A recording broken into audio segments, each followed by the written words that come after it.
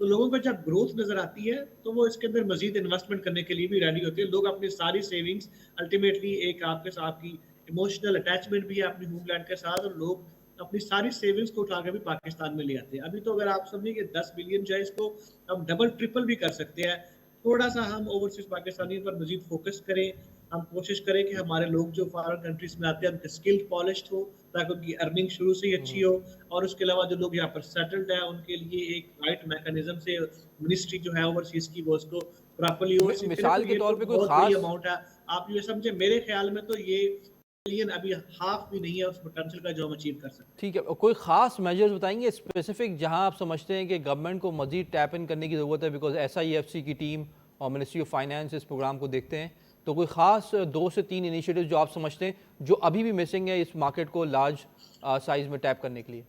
Being overseas Pakistani, جب میری یہاں پہ لوگوں سے بات ہوتی ہے تو جو لوگ ایک فیئر شو کرتے ہیں, جو کنسرن شو کرتے ہیں, وہ یہ کہ جی دیکھیں آپ پاکستان میں ہم انویسٹمنٹ کرنے کو تیار ہیں, $500,000 $1 million $5 million, it's not a problem for us, but we are not sure کہ جی کل کو اسی انویسٹمنٹ کے اوپر ہم سے سوال جواب شروع ہو جائیں کہ جی آپ بتائیں آپ کے پیسے کہاں سے آئے, آپ نے انویسٹمنٹ کہاں سے لے کر آئے, اور ہم اسے بجائے اس کے کہ ہم سسٹم میں آئیں اور اس کو مینٹین کریں, ہمارے اوپر کوسچننگ شروع ہو جائے ہماری انٹیگریٹی کے اوپر, ہماری ویلتھ کے سورسز کے اوپر, ان ساری چیزوں میں. تو میں سمجھتا ہوں کہ اوورسیز پاکستانیوں کے لیے ایک خاص لیمٹ سیٹ کر دی جائے کہ آپ اگر اس سے نیچے اس اماؤنٹ کی انویسٹمنٹ کریں گے تو آپ کو نہ صرف ٹیکس فری بریکٹ دیں گے بلکہ آپ کی ارننگ کو کچھ عرصے تک ہم وداؤٹ اینی ٹیکس بریکٹ رکھ سکتے ہیں. تو اس سے ایک بہت بڑا کیش فلو جو کہ سیونگ کی صورت میں یہاں پر بڑھا گی. میں آپ کو بتاؤں جو یہ 10 ملین آپ لوگوں کے پاس آتا ہے پاکستان میں, یہ لوگوں کی سیونگ نہیں ہے, یہ ان کی فیملی ریمیٹنسز ہیں, ڈیلی ایکسپینسز ہیں, یا چھوٹی موٹی چیزوں کو بائی سیل کرنے کے لیے. لیکن اگر آپ ہم کو اس سے فیسیلیٹیٹ کریں کہ لوگ اپنی سیونگ کو ٹرانسفر کریں پاکستان میں, that's gonna be a big impact on the market, اور اس سے ایک بہت بڑی آپ کی کنٹری میں FDI آئے گی, آپ IMF وغیرہ کو بھول جائیں گے. بالکل ٹھیک ہے, I think very valid suggestion. On that note بہت بہت شکریہ سر پروگرام میں شامل ہونے کا. انوار صاحب, سب سے بڑا پوائنٹ کہ اگر ہم انویسٹمنٹ کریں تو انویسٹمنٹ تو ہم نے کی, دوسری کال نہ آ جائے کہ یہ پیسہ کہاں سے آیا, تو یہ ایک کنسرن انہوں نے شو کی. How can we address that concern, because وہ کہتے ہیں کہ ابھی جو ہے it can be doubled very easily if this important point is addressed. دیکھیں سر, یہ ہنی مون پیریڈ پاکستان سے چلا گیا, اس لیے کہ جو FATF کی جو 26 پوائنٹس تھے ان میں سب سے امپورٹنٹ پوائنٹ یہی تھا کہ سوال پوچھا جائے. یہ جہاں بھی کینیڈا میں تھے یا امریکہ میں تھے, جہاں بھی تھے, اس اکانومی میں کوئی پیسہ کتنا بڑا بھی لیا ہے سوال پوچھا جاتا ہے نا. بالکل, اور یہ سوال نہ پوچھنا جو ہے نا پاکستان کو بہت بڑا لانگ ٹرم میں نقصان مہنگا پڑ چکا ہے. ہاں, تو اسی لیے ہم نے آپ بتاؤں 7 یا 8 ایمنسٹی اسکیمیں آئیں, آج بھی لوگ ایمنسٹی کا انتظار کر رہے ہیں. تو ایمنسٹی حل نہیں ہے پاکستان کا. آپ سوال پوچھا جائے گا اس لیے کہ آپ کو پیسے اگر دیکھیں ایک چھوٹے چھوٹے سٹیپ جو ہے نا وہ ایک پازیٹیو یا کنکریٹ طرف جاتے ہیں. ایک لمبی جمپ جو ہے نا کبھی کبھی آپ کے لیے ٹانگ میں سٹریس پیدا کر دیتی ہے. سو ہمیں چھوٹے چھوٹے سٹیپ لینے چاہیے, اس لیے کہ ہم نے وہ ٹائم میں وہ کام نہیں کیے جو دنیا نے کر لی ہے. لوگوں کی اکانومی سیٹل ہو گئی ہیں, ہماری اکانومی ابھی تک اسٹرگل کر رہی ہے. تو اور پوٹینشیل بھی بہت ہے, اور اب ڈائریکشن میں جا رہی ہے گورنمنٹ, تو اس کو اسی ڈائریکشن میں جانا چاہیے. میرے خیال میں سوال نہ پوچھنے کا جو ہے انویسٹمنٹ کا, وہ اب کوئی میرے خیال میں گڈ آئیڈیا نہیں ہے. لوگوں سے پوچھنا چاہیے کہاں سے لے کے آئیں, بیکاز یہ آپ کو پتہ ہے کہ دنیا اس وقت بہت زیادہ پیسے کی ٹرانسمیشن پہ بہت زیادہ کوشچن مارک اٹھائے جاتے ہیں کہ پیسہ کہاں سے آیا, کیسا پیسہ ہے, کون سا پیسہ ہے. تو یہ سوال پوچھنے چاہیے, یہ لوکلی بھی پوچھنے چاہیے, اور یہ جو ہے باہر سے پیسہ ہے اس کا بھی پوچھنا چاہیے. بالکل صحیح. آئی تھنک اسی پوائنٹ کو مزید آگے لے کے چلیں گے. ناظرین, let's take a short break, we'll be right back.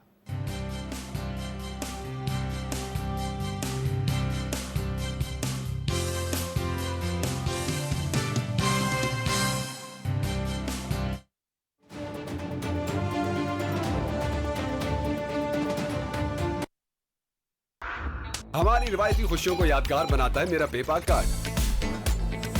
Discounts and deal سے چھوٹے مومنٹس کو بڑا بناتا ہے میرا پے پاک کارڈ. اپنے بینک سے پے پاک ڈیبٹ کارڈ نام لے کر طلب کریں. چوز ہوپ, چوز پے پاک.